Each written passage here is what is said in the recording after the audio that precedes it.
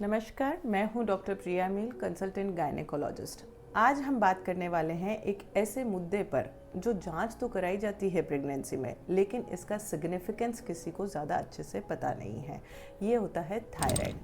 Thyroid के imbalance होने की वजह से प्रेगनेंसी में क्या क्या हो सकता है। बेबी की ग्रोथ पर असर पड़ सकता है, प्री मैच्योर डिलीवरी हो सकती है, बेबी के ब्रेन डेवलपमेंट में प्रॉब्लम आ सकती है और माँ के ऊपर भी मुश्किलों का सामना करना पड़ सकता है। इसलिए आज की वीडियो में मैं बताऊंगी कि थायराइड होता क्या है, ये आखिर प्रेगनेंसी में बिगड़ता क्यों है, इसके लिए दवाई कब लेनी शुरू करनी चाहिए और कब इसके लिए दवाई नहीं लेनी चाहिए, ये बच्चे पे और माँ पे क्या क्या असर कर सकता है और क्या ये दवाई ज़िंदगी भर लेनी पड़ सकती है। थायराइड आखिर है क्या? थायराइड एक छोटी सी बटरफ्लाई शेप्ड ग्लैंड है जो आपके गर्दन के सामने वाले हिस्से में होती है। ये बनाती है दो हार्मोन्स T3 और T4।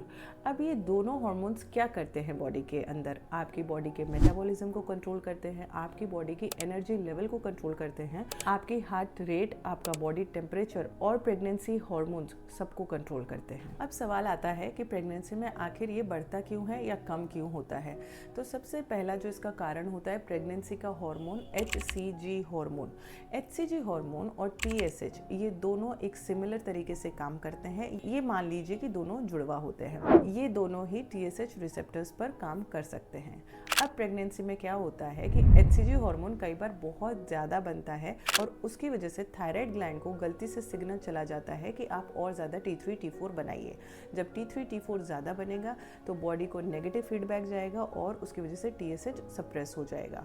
तो जब हाइपोथायराइडिज्म होता है तो जांच में अपने को मिलता है कि TSH कम है और T3 और T4 नॉर्मल है या थोड़ा सा हाई है।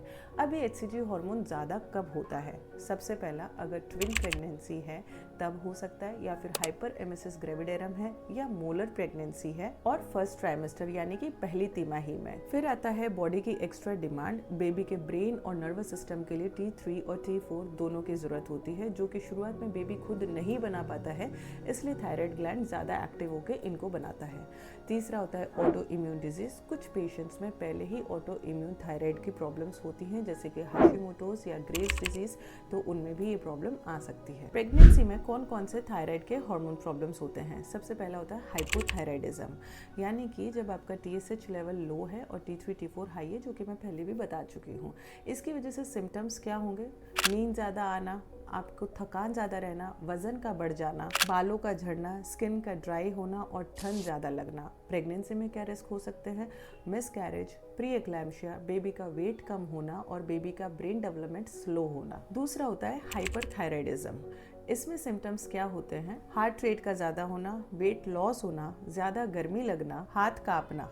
और प्रेगनेंसी में क्या क्या हो सकता है? Preterm delivery, growth retardation, growth कम हो जाना बेबी की, सीवियर हाइपरथायराइड क्राइसिस हो सकते हैं और बेबी में भी थायराइड की प्रॉब्लम हो सकती है। प्रेगनेंसी में कौन से टेस्ट होते हैं जिनसे हमें इसके बारे में पता चलता है? तो थायराइड का सिर्फ TSH टेस्ट ही काफ़ी नहीं है, सही इंटरप्रिटेशन ज़रूरी है। TSH सबसे महत्वपूर्ण होता है। प्रेगनेंसी स्पेसिफिक रेंज होती है। फर्स्ट ट्राइमेस्टर में ये 2.5 से नीचे होना चाहिए, सेकेंड में ये 3 से नीचे होना चाहिए और लास्ट में 3.5 से नीचे होना चाहिए। दूसरा है फ्री T4, TSH बढ़ा है या घटा है, ये फ्री T4 से कंफर्म किया जाता है। तीसरा होता है anti-PPO एंटीबॉडीज। अगर पहले से पेशेंट को थायराइड की प्रॉब्लम है, यानी कि ऑटो इम्यून थायराइड है, तो वो इससे पता चलता है। लास्ट होता है TRAP, ये किया जाता है हाइपरथायराइड क्राइसिस को कंफर्म करने के लिए कि बेबी में थायराइड होने का कितना रिस्क है। दवा कब लेनी चाहिए? हाइपोथायराइडिज्म है तो levothyroxine is the drug of choice होती है।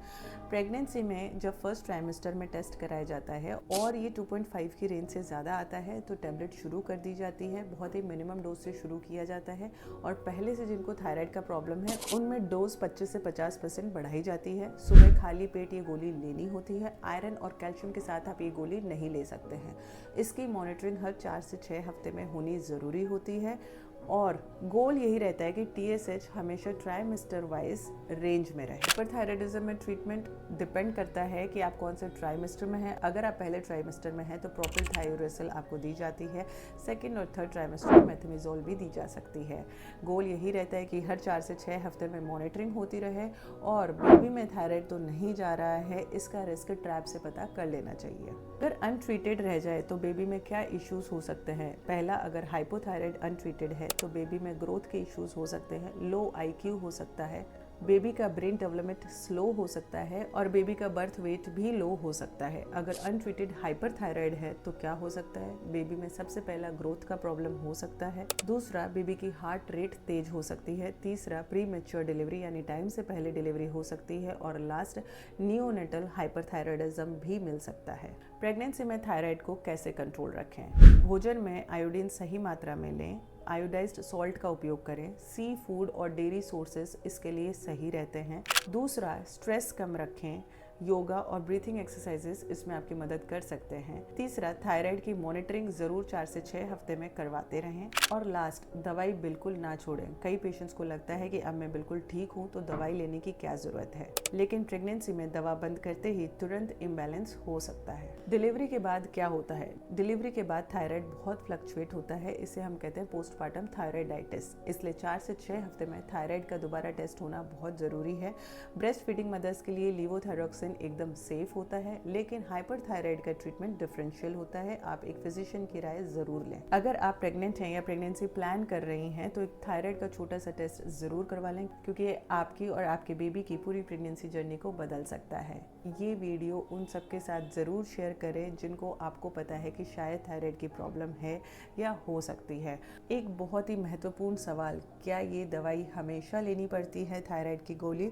तो इसके ऊपर आ रही है मेरी रील, ज़रूर फॉलो करिएगा और ज़रूर उस रील को विजिट करिएगा। अगर वीडियो पसंद आई हो तो लाइक, फॉलो और सब्सक्राइब ज़रूर करिएगा। मिलेंगे अगली वीडियो में ऐसी ही जानकारियों के साथ में।